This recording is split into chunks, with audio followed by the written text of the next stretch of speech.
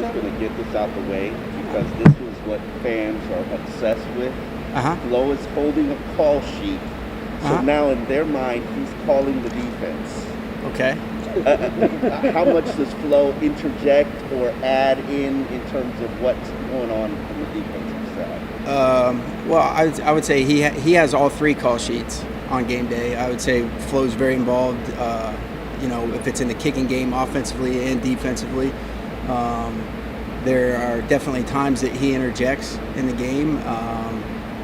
There's other games that, he's just like, what do we got here? Or, because he does so many things during the game, it's hard to pinpoint one thing or the other. I'm not sure what people are seeing one way or the other. I think our staff does a good job of, putting the game plan together. I think everybody's involved in that. I mean, obviously Flo's involved in that too. And, and ultimately it's just my job to make sure that we get the right calls in there on game day. And there's sometimes within timeouts or in between series that we may discuss that as we go. I don't. It's really a non-story, So I don't know what people are looking at. I know Flo definitely has all the call sheets. Flo knows what's going on, special teams, offense, defense. And there are times that we discuss things as we go, whether it's in between series or sometimes even during the series or at timeouts, for sure. So, which is all good. It's all good discussion, and it's not just, we have multiple discussions with, our entire coaching staff as we go in the game. It's not a one-man show by any stretch of the imagination. But I don't know if that answers your question. It does answer my question. Then. How much of, I'm not sure if you know, but I think there was a staff that said that Javon and Brandon against like the most for safety in like the past 6 years at least. How much of the game plan was really to blitz those guys that much? And was it something that you maybe saw early on and said, hey, he's got people to take advantage? Yeah, I think, again, when you're dealing with the Ravens and Lamar Jackson, like, he's a dynamic player, and you got to come up with a plan to try to keep him in the pocket and contained. And, and obviously you could see there were some times where we had a four-man rush and, we had it covered. He was able to get out and scramble for 10 yards or so. I think, each week it goes into, what you think is going to be best as you go. And then sometimes when, and again, it wasn't all the same look.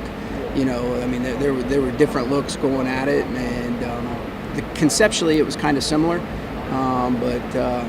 We just felt like that's what was best for that week and to keep applying it and, and really credit our players because they executed well. It doesn't really matter. At the end of the day, you can call whatever coverage you want, whatever front you want. Obviously as a coach, you're always trying to put those guys in the best position as possible. But give our players credit. Those guys executed. They played physical. They played for 60 minutes, and they were able to make more plays than Baltimore did. We also saw Jerome move from inside linebacker to kind of edge a lot. I'm assuming that a lot of that was kind of made with keeping Lamar Jackson's speed in mind. But I guess can you kind of walk me through what went there and kind of what prompted you to make you think that maybe Jerome could excel in that role? Yeah, again, I think it varies week to week. Jerome's played on the outside, he's played on the inside. He's played in the interior in certain situations for us. I think he's a very multiple player. I think, he works hard, he's extremely intelligent, and, and we ask him to do a lot of things, and that can change from week to week. When it comes to blitzing with your safeties and corners, what are some of the concerns that you have that go into the decision on whether to do it or not do it? Because obviously there's a risk involved, but there's also a major reward involved. Yeah, I think there's different types of pressures, blitzes. I think sometimes they get lumped all into one category. Sometimes you play different coverages behind them. Sometimes you have no help behind you.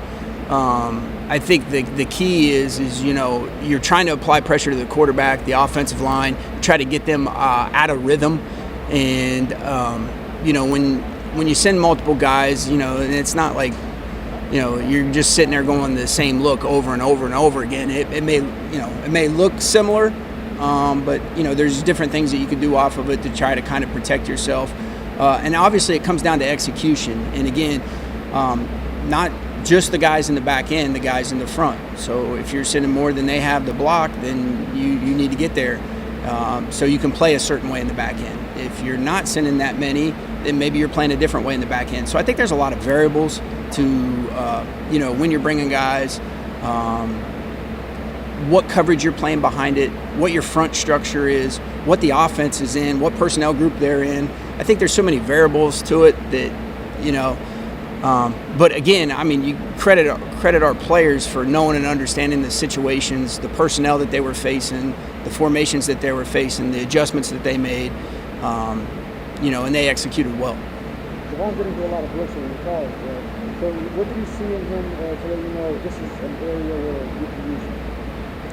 Well, I mean, they brought him a little bit in pressure at Oregon, and obviously I think, over the course of practice and, practicing against multiple teams in the spring during training camp, and then, the practice and some of the game reps we've seen, usually when guys have opportunities and they make the most of them, we try to build on that and, try to highlight the things that we're doing well. And then things that we need to work on and improve, we try to get those corrected or change. So, I think it's just kind of a product of, again, Javon knowing and understanding the system better. And I think, utilizing his athletic ability. And, he's a really physical and instinctive kid. How much better do you feel about this defense as a whole over the past couple of weeks compared to early in the season? Because from our vantage point, it looks like a massive improvement. Well, I think, I've always felt good about our players and their work ethic. I think, what our record was or how our performance was or what some of my calls were, I think, you appreciate the humility of failure because it drives you to work harder and to get things right. And I think when you see good things that are going on, even though the outcome may not be what you want it to be, that's what, like, mental toughness and competitiveness, like, that's what it's all about. And, doing your best when things aren't best for you. And I think we got a bunch of guys that do that. And so even though things may not, you see some positive things and you just, like, and now we're in a situation where we got to take it 1 week at a time. We got a good opponent this week, and they're going to play hard. They're going to play physical. We got to prepare for all three quarterbacks this week: Zach Wilson, Mike White, and Joe Flacco. They got a good offensive line, and they're really getting the ball to their backs. They're getting some production out of their receivers. I would say, so we got a big challenge in front of us, and we need to continue to improve, continue to work hard, continue to get better, and try to build on some things that we have done well. Going back to the original question that Omar asked about Brian's influence, what's maybe one or two main things you picked up from him, you've learned from him about defense and scheme and all of that? That would be hard to pinpoint, Hal, to be honest with you, because I mean, you could go back, 16 years from now. We've had so many conversations about defense, scheme. I would say, more in our past, it probably related more to coverage than anything. And then obviously, since we've been here, I would say it's, front structure, run game. It's all inclusive. It's a good question to try to pinpoint one or two things, because I would say we have, you could, I don't know what time it is right now, but I would say we've probably had an hour's worth of discussion already this morning, and we had discussions yesterday. So, like, it's always evolving. It's always good conversations, scheme, personnel, offense, defense, And I think, we have those as a staff. And I think, everybody, when you come in and you work, and again, you're trying to put something together as a group. And I think everybody that has input and has ideas, like, you kind of look at all of them and then you go, okay, this is a good idea. And there's been many times we're going, all right, we like this idea. And then we go back through it, and we're going, yeah, this is good. And then we find something that we're like, nah, okay, we could be in trouble here. So, like, I mean, there's always a constant, constant dialogue going on. So, like, to pinpoint, one thing or another, I don't really have an answer for you on that one. Let me ask you a question about thought process, because throughout the course of the 3 years, I've always looked at some of these defensive game plans that you guys created and said, hey, that's pretty damn interesting. I could see why they thought about it. With the 3 inside linebackers, with Duke Riley being inserted and Jerome being used as an edge player, like, how did that come about in the thought process? And then was it specifically designed because of Jackson's, like, athleticism and ability to get to beat you on the edges? I think a lot of it always goes back to what our players do well, how we can put them in position to succeed, and what are we facing. And, like, so sometimes that will dictate from week to week, like, okay, well, maybe this guy is good on the edge, or maybe this guy's good inside, but you could face a totally different opponent the next week going, this isn't quite the same, So I think it always comes with the premise of putting the players in position to succeed and highlighting what they can do. And, and I think, too many times, and I think this is a society issue too as well. I think too many times we get caught up in, oh, he can't do this, or he can't do this, you can't do this, or it's like, okay, well, we can't do anything, So I think, I think you look at, like, what the players do well, and you try to highlight those things, and, and you try to limit the situations that you put them in there going, okay, this might not be a great matchup. So, and then, it doesn't always work out, and sometimes you're like, you go back and look at it and be like, all right, maybe we should add a different plan here. But, I mean, there's a lot of thought that goes into the plans from a week-to-week basis for sure.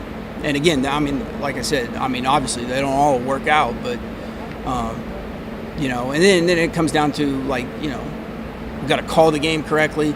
We got to execute the game correctly. I mean, there's a lot of things that go, and then, as a staff, we need to make adjustments correctly.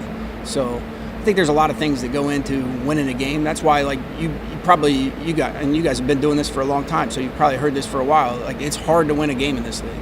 And sometimes you're going like, oh, okay, well, this team's record's this and this team's record. It's hard to win a game in this league because all those things have to be right. You got to put your players in good position. They have to execute. We got to call the game correctly. We got to adjust the game correctly. And for those things, when they all happen, you give yourself a chance to win, and you don't guarantee that you're going to win. So I've heard this theory from players over the decade. The last person was Pembroke, that 3 plays generally dictate the outcome of the game. You just never know when those 3 plays are going to happen. Do you follow that same theory, thought process? I think you can look back to 3 to 5 plays that are very impactful on the game. I think your process during the game is you take it one play at a time for the duration of the game. So whether it's good, bad, or indifferent, you just move on to the next play. But I do agree that there are definitely some impactful plays that happen in the game, and you look back and be like, that was a big play in the game, or that play turned this, or, and then a lot of times you can get those big plays can get answered. I mean, we've all seen, say you go down on offense and, some, receiver or back, they make a terrific play, and then, you kick off and think you got momentum, and then, next thing you know, the returner, he's taking it back. So then what you thought was going to be an impactful play, maybe that just kind of, just nullified it. I think your approach during the game is more so take it one play at a time, and if it's good, bad, or indifferent, you just move on to the next one because the next play is important too. So and then I think, like we've talked about, anytime that you get into situational football, you get into third down, red area, 2 minute, you get a third down in a 2-minute that's in the red area, like, I mean, that's about as big as play as you can get in football. But, I think, there's some plays that might be weighted a little heavier than others. But, again, I think the approach is the same. Is there a meeting, a moment when the evolution of the safety blitz, the corner blitz, really started to become more and more part of your philosophy? How did that evolve? It was probably, I would say, in OTAs 2 years ago, really. Really? Yeah. So I mean, that's when, I would say we spent a good amount of time on that, and or maybe it was. Let me go back, because I don't think we had OTAs. That would be Jones and that would have been Jones and Bobby McCain. It'd been McCain, Rowe, those guys. But Rowe didn't start. No, this would have been. I would say it was probably the training camp because we didn't have OTAs. It was probably the training camp when we came in. The first year you came? No, this would have been in 20. Okay. So 20. No OTAs. Yeah, we put a pretty big emphasis on it, and we knew that that it could be a call for us that we'd use in situations. We kept practicing it, and then I would just say, the more you do some things and the more you see people's answers to it, it kind of evolves a little bit. I mean, it's not a total foreign call at all. The previous place that we were at, Flo's obviously called it in games, and we've had success with it there. But I would say, it's something that's there, and obviously it's just part of our defense. And some weeks, we kind of choose to use it a little bit more than others. But again, I think everything's kind of predicated on what we feel we can do best and what we feel like we're facing. So, but I would say there was a big emphasis on that, from the training camp, like in the 20 season, and and like I said, it's not an innovative concept. It's something that we've definitely run at previous places. Well, you got to have the skill set, the players have the skill set to hit home, which it takes some. Yeah, it definitely takes some. It's like anything else, you take your basic coverage and your basic front. You can't just roll that out there and be like, hey, we're good at this. You got to see a lot of different looks to it, the way people attack it. And then again, you have people in multiple spots, so there's always a variable there too. So, again, but I credit our players that they work hard at it. We're working hard to get better at it. In all things that we do. So whether we've had success with it or whether we've struggled with it, we're always constantly working to get better. I think people are noticing it just because you used it so much the other night and it was so effective that it just kind of hit you right in the face. So you had to be blind not to see it. They've used it for months. Well, Peter King had the stat that you ran it like 37 times, I think. Does that sound right? I'm not exactly sure, because we have different pressures, so I'm not exactly sure what he's kind of referring to as far as 37 times. Safeties and corners. And again, depending on looks, that would be in the ballpark, I would say. Yeah, it's probably a little bit more than that, but yeah, that would be in the ballpark. But again, I think everything varies week to week, but it's, to your point, it's not something that we haven't done or haven't shown.